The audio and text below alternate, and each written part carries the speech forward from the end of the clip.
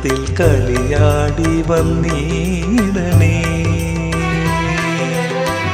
ദേവലോകം നമിക്കും ശ്രീ ശുഭാനന്ദ ഗുരുദേവായി ഞങ്ങൾക്കു തുണയാകണേ.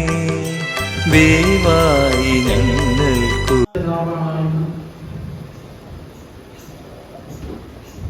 ഉത്തമന്മാരുടെ പുണ്യ സദസ്സാണ് ആത്മീയ സദസ്. ഉത്തമന്മാരുടെ പുണ്യ സ്ഥലമാണ് ആത്മീയ സദസ്. ഈ ആത്മീയ സദസ് ഉത്തമന്മാർക്കുള്ളതാണ്. ഈ ആത്മീയ സദസ് ഉത്തമന്മാർക്കുള്ളതാണ്. ഉത്തമന്മാർ വൃത്തികൾ ഭരിക്കുമ്പോഴാണ് താരാസുതി എന്ന് പറയുന്നത്. അവരിൽ എന്താ ഉറങ്ങിക്കിടക്കുന്ന മനസ്സ് ഉണർന്നു വരും. അവരിലെ ഉറങ്ങിക്കിടക്കുന്ന മനസ്സുകൾ ഉണർന്നു വരിക. ഉറങ്ങിക്കിടക്കുന്ന മനസ്സ് ഉണർന്നു വരുന്നതാണ്. ഉണർത്തി വരുത്തി ഏറ്റു പാടിക്കുന്ന ഒരു അവസ്ഥയാണ് താരാസുതി. അങ്ങനെ ഉണർത്തുന്ന ഒരു അവസ്ഥയാണ് താരാസുതി. ഈ താരാസുതി കൂടി നമുക്കുണ്ടാകുന്ന അനുഭവ ഗുണം അടുത്ത സുഖത്ത് വരുമ്പം അനുഭവസാക്ഷിയായിട്ട് പറയാം. അല്ലെന്ന് വരിൽ ഞായറാഴ്ച വരുമ്പം പറയാം.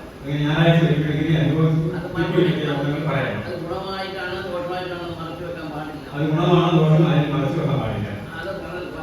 അത് പറഞ്ഞിരിക്കും. അതാണ് അനുഭവസാക്ഷി. അനുഭവം അവനിൽ ഉണ്ടാകുന്ന അനുഭവമാണ് പറയേണ്ടത്, അല്ല കവള പറയുന്നത്. അവനിൽ ഉണ്ടാകുന്ന അനുഭവമാണ് പറയുന്നത്. അതുമായിട്ട് ഈശോയോട് യാതൊരു ബന്ധവുമില്ല.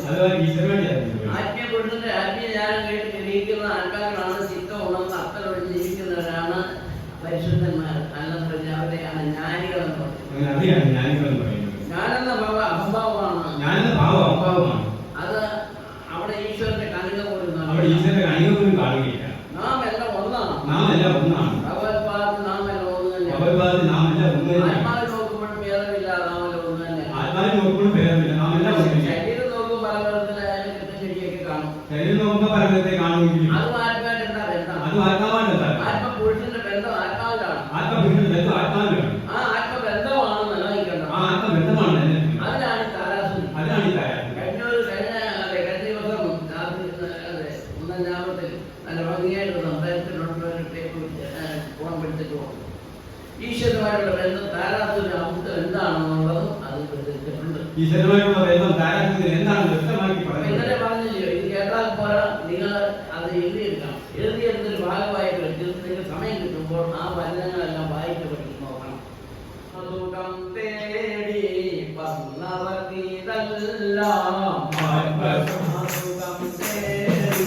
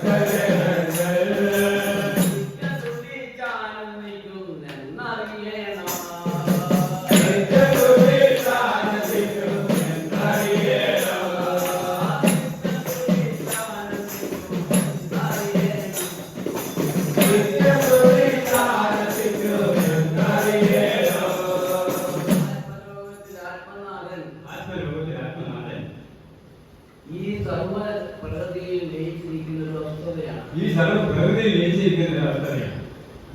സകലതും ഈ പ്രപഞ്ചം മുഴുവൻ ലോകം കൊണ്ട് തിങ്ങി നിറഞ്ഞു നിൽക്കുന്ന ഒരു പരാശക്തി, ഏകശക്തിയാണ് സൽഗുരു ചിന്ത നമ്മിൽ വന്നു കഴിഞ്ഞാൽ ഗുരുവിന് തുല്യരാണ്. എങ്ങനെയാണ് തുല്യരാണ്? പണം കൊണ്ടോ തെറ്റം കൊണ്ടോ അല്ല, അറിവിൽ കൂടി നോക്കുമ്പോൾ പരസ്പരം ഒരുപോലെ. ഗുരുവിന്റെ അറിവ് അക്ഷരം കൊണ്ട് തെറ്റാതെ അതിലേക്ക് തന്നെ ലയിച്ച് നിലനിൽക്ക് നിൽക്കുന്നു. അതിനെയാണ് പൂവാടിയെന്നും പുഷ്പാഞ്ജലി എന്നൊക്കെ പറയുന്നത്. അത് ഉത്തമമായ ഒരു ക്ഷേത്രമായി അപ്പോൾ നമ്മളിലുള്ള ശരീരത്തെ കാണുക. നിഷ്കളങ്കമായ മനസ്സുണ്ടാകണം. ആ മനസ്സാണ് ഭഗവാൻ ഇഷ്ടം. അങ്ങനെ ഭക്തിയിൽ കൂടി കൂടി സ്തുതി പങ്കെടുത്താൽ ആ ഹൃദയം മണിനാഥ് പോലെ മുഴങ്ങും. ആ കീർത്തനം പാടുമ്പോൾ നമ്മൾ ഉള്ളിലേക്ക് ഒരു മണിനാഥം പോലെ ഒരു നാദം കേൾക്കാം. മനസ്സിനോടൊരു ആനന്ദം ഉളവും കൊള്ളും. ഓ അപ്പൊ ഈ പാടി നിർത്താതെ പാടിക്കൊണ്ടണം. അതിന്റെ സുഖം നാം അനുഭവിക്കുന്നു. അനുഭവിക്കുന്നു. അത് കേൾക്കുന്നവരും അനുഭവിക്കട്ടെ. ഞാൻ സുഖമാണ് കീർത്തനം പാടാൻ മറ്റൊരു ആർക്കും വിചാരിച്ചിട്ട് ആരും ഇതിനകത്ത് ആരും വരുന്നില്ല. ഒരുവൻ മാത്രമേ ഉള്ളൂ. നമുക്ക് ഏവർക്കും അധ്യക്ഷനായ വിമാനത്തിന് ഉദിക്കണം മാനസത്തിൽ തത്വചിന്ത ഉദിക്കണം.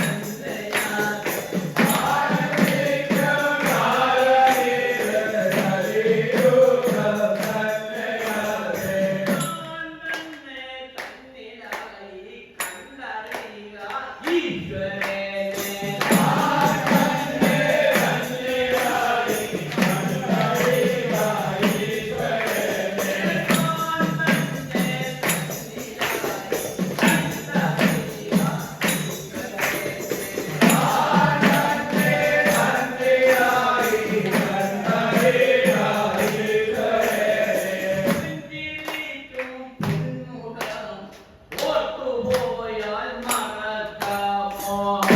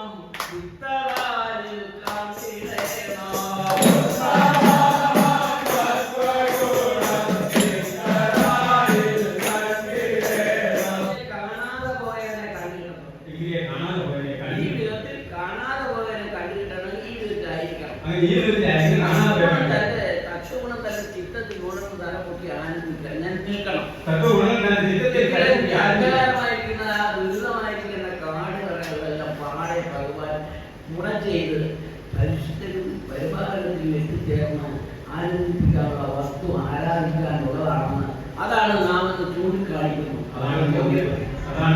അപ്പോഴാണ് ഗുരു ആരാണെന്ന് അറിയുന്നത്. അതുവരെ ഏതോ തരത്തിലുള്ള ഗുരുവാ അങ്ങനെ ചിന്തിച്ചു പോകേണ്ട യാതൊരു ഫലവുമില്ല. സാക്ഷാൽ ഭഗവാന്റെ രൂപം ജ്ഞാനപ്രകാശമാണ്. ആ പ്രകാശത്തെ ഉടൽവാർത്തെടുത്തവൻ ആരാണ്? സാക്ഷാത്മാനന്ദൻ. അധ്വാന ഫലമാണ്. ആ നേടിയെടുത്ത സമ്പത്തിൽ പോയി നല്ലോകത്തിൽ കൊണ്ടുവന്ന് വിതറിയിരിക്കുന്നു. ഈ കലിയുഗത്തിൽ വിതർക്കുന്നത് അതാണ്. ആ സമ്പൂർണ്ണ സുഖത്തിലേക്ക് നാം എത്തിച്ചേരുമ്പോൾ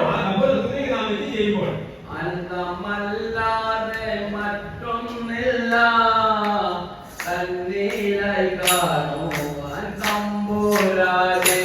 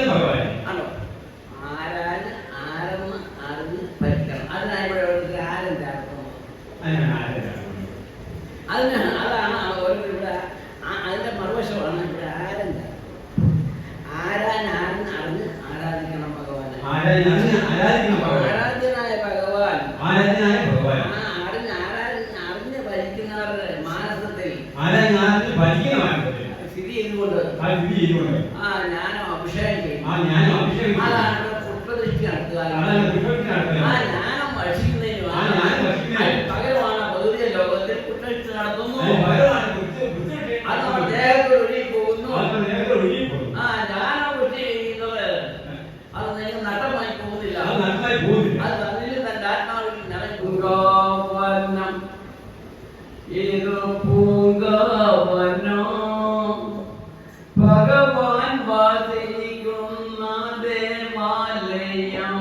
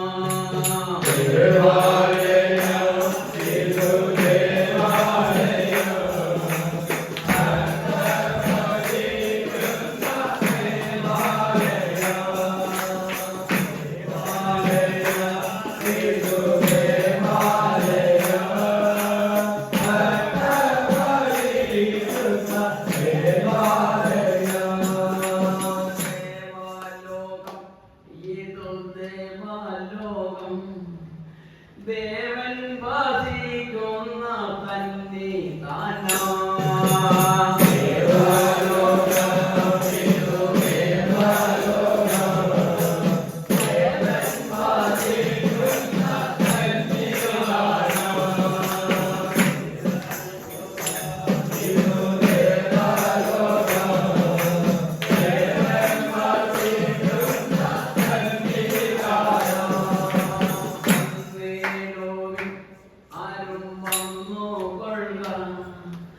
നിത്യം പാലിക്കുന്ന തന്നിദാനോ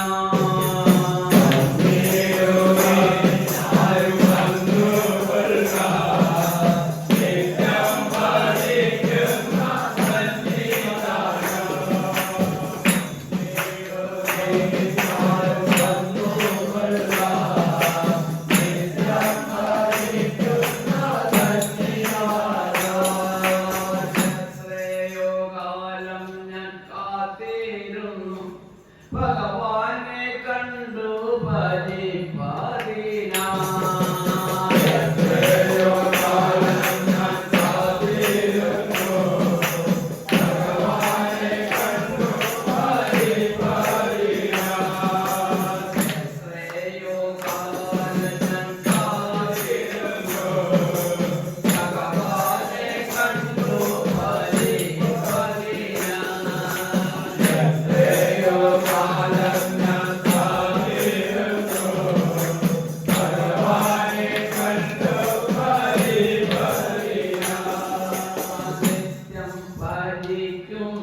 മാനസത്തിൽ കോടിയെത്തിയിടുന്ന കണ്ണനുണ്ണി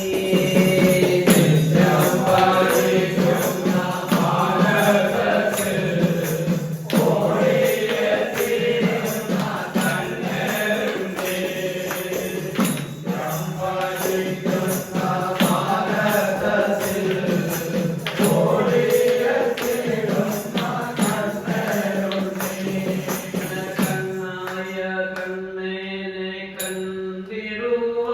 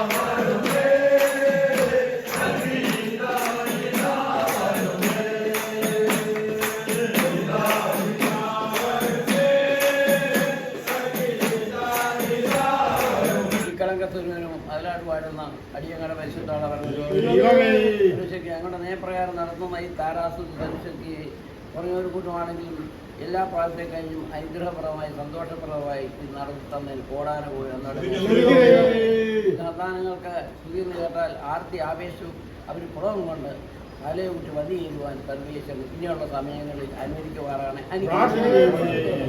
ജന്മഭാവം കർമ്മദോഷം ജീവനാശത്തെ രോഷാനുഭൂതശാന്തി ഭാവശാന്തി നൽകിയിട്ട് മനുഷ്യനിൽ ഉണ്ടായിക്കൊണ്ടിരിക്കുന്ന അന്ധകാരങ്ങളും മൃഗങ്ങളും ദുഃഖങ്ങളും എല്ലാം പാടി ഒഴിഞ്ഞു മാറുന്ന വ്യവസ്ഥയാണ് താരാത്വം എന്ന് കണ്ടെത്തുന്നത്.